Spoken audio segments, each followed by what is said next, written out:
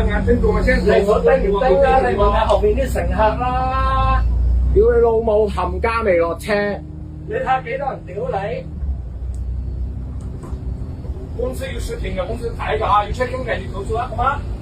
呢個就 OK 啦。咩啊？呢個起碼10幾都未落車喎，公司要實停嘅投訴嘅。你睇下後邊幾多人未落車啊？無端端我屌你咩？死撈佬，翻大陸啦你！車都唔撚識揸，乜嘢叫埋站你都未識？呢個意思我冇埋站係咪啊？我可以冇埋站。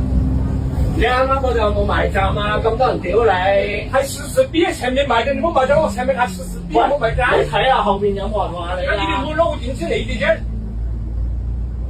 咁我試試要埋站，前後咪要打開。咁點解我落唔到車啊？冇電池嘅，嗰啲係咪你責任啊？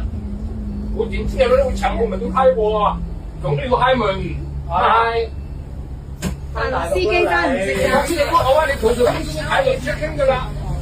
你有人上車，有人落車。我要影低你㗎嘛，我點知啊？你幾號車牌啊？